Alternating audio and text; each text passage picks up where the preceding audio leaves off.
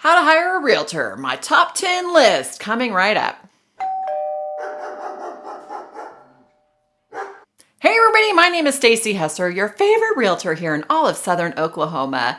And I've got a top 10 list for you today on how to hire a realtor. When you're getting ready to buy or sell a house, really truly hiring a realtor is one of the most important decisions that you can make in doing that. The second one, of course, is getting a good lender. But I have a top 10 list, my personal top 10 list on what you should look for in hiring a realtor. So let's get right into it. First of all, this seems a little ridiculous, but you want to know what's important to you.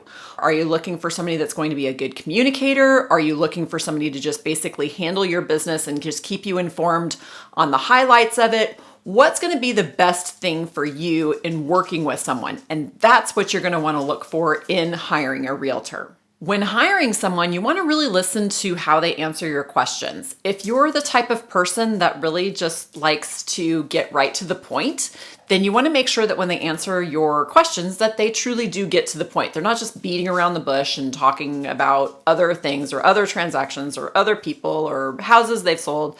You want to make sure that they're focused on you and what's important to you. So find somebody that you like and trust. This seems a little underrated, but don't just go with somebody because your friend used this realtor or your neighbor used this realtor, or you saw one of their signs in the neighborhood. Truly research and find out what was their experience like. Did they actually enjoy working with that realtor, or did they just feel like they were a paycheck to them at the end of the transaction and they were going to move on and never hear from them again? Ask the realtor how long they've been in business.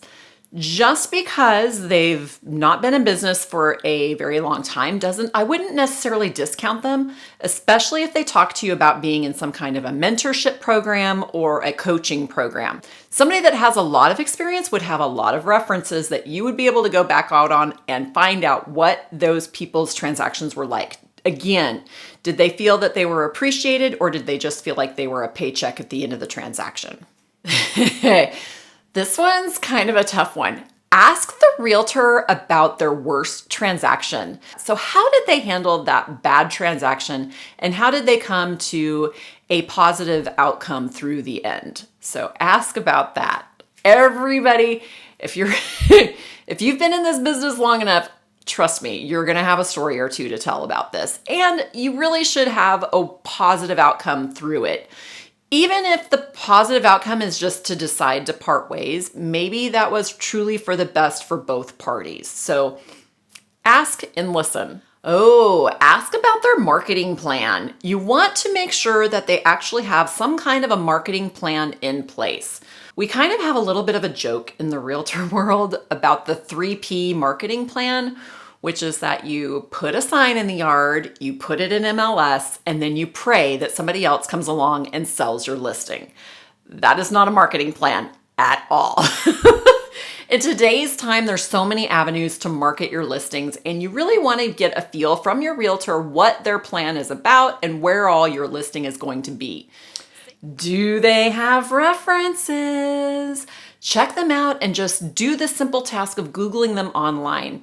Again, I have Google My Business that I utilize for all of my references. They're posted all there. It's my primary source of getting references. So every realtor should have something out there to be able to get feedback from their clients about their transactions. So just Google their name and see what pops up.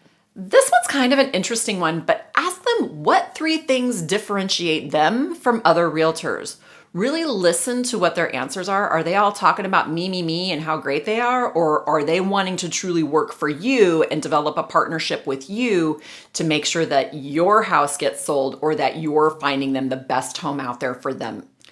Also ask them, do they really love what they do? Why are they in the real estate industry? These are pretty basic questions, but to me, they can tell a lot. If people are just like, well, it got me my next boat or whatever, then that might not be the best person for you.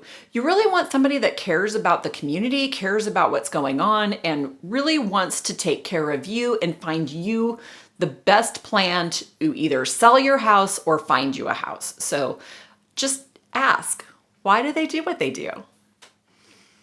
How much do they charge? So there's a lot of things in real estate that are negotiable. Typical commission for listing a house, again, this is just to list, not to buy, but to list a house, it's usually a 6% commission that gets split 50-50 between the listing agent and the buyer's agent. The listing agent's the person selling the house, the buyer's agent is the person that's bringing the buyer to that house. So there's a lot of work that goes into this, whether you're working on the listing side or the buyer's side. And frankly, it should, to me, be a 50-50 split. Equal pay for equal work. The work is different on both sides.